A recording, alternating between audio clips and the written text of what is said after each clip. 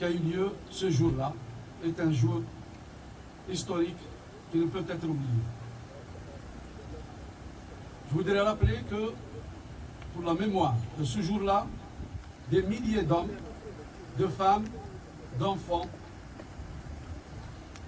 ont manifesté pacifiquement à Paris contre un couvre-feu discriminatoire décrété par Maurice Papon, préfet de police de Paris, leur interdisant de circuler dans les rues de Paris après 20 heures. Ce couvre-feu ne faisait ou ne visait que les Français musulmans d'Algérie, c'est comme ça qu'on nous appelle, pour les empêcher de marcher, de se réunir, de se promener, de faire valoir tout simplement le droit des peuples à disposer d'eux-mêmes. 30 000 Algériens se sont rassemblés en différents points de Paris ce jour-là pour revendiquer tout simplement la dignité et l'égalité.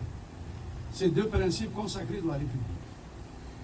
Avec cette action pacifique, les Algériens voulaient faire entendre leur voix et voulaient réclamer légitimement l'indépendance de leur pays. Mais à cette action pacifique de liberté, les autorités coloniales opposent des représailles d'une violence inouïe. C'est ainsi que du 17 au 20 octobre 1961, قمنا اليوم بالتنسيق مع الجمعيات الجزائرية بتنظيم يعني وقفة لإحياء ذكرى مهمة في تاريخ الجزائر، وهي ذكرى مجازر 17 أكتوبر 1961 اللي راح فيها ضحية رجال نساء وأطفال. وبتنظيم هذا الإحياء ما هو إلا طريقة لكي لا ننسى التضحيات الجسيمة لشهدائنا الأبرار من بين الجالية الجزائرية، لكي تبقى دائما راسخة في ذكرتنا وفي ذاكرتنا الوطنية، وحتى لا تبقى أو حتى لا تبقى كحادثة أو حوادث ومجازر حصلت ونسيت حتى في الذاكرة الوطنية الفرنسية، لأنه لعديد من السنوات كان فيه يعني حتى الصحافة ورجال السياسة في هذا البلد نسيوا بصفة نهائية هذه الأحداث ولم يذكروها، ولذلك في الوقت الحالي لا توجد تسجيلات ولا وثائق رسمية ولا وثائق مباشرة التي يمكن من خلالها أننا نضحي الضوء على هذه الأحداث للتاريخ وللأجيال الصاعدة إن شاء الله. Un couvre-feu que l'on peut qualifier de raciste parce que on a ciblé uniquement les Algériens. À partir de ce moment-là, il y a eu une résistance. Certes, il y avait la guerre. Faut se rappeler le contexte. Il y avait la guerre.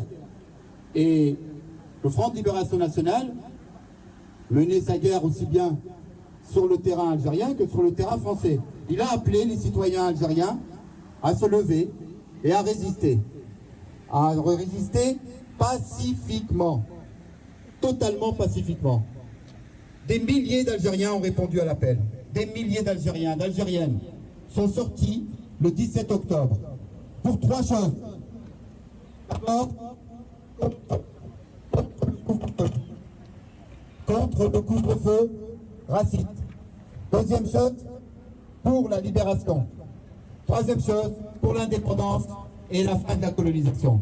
Voilà les trois raisons pour lesquelles des manifestants sont sortis pacifiquement. Ce sont des milliers. Il faut imaginer qu'il y avait des hommes, des femmes, des enfants qui étaient d'ailleurs devant. Les femmes et les enfants ont été mis devant pour bien montrer aux autorités qu'il n'y avait pas d'agressivité. À l'initiative du préfet Papon, soutenu au plus haut point, soutenu par les directives ministérielles, par les directives de l'Élysée de l'époque, il y a eu une répression.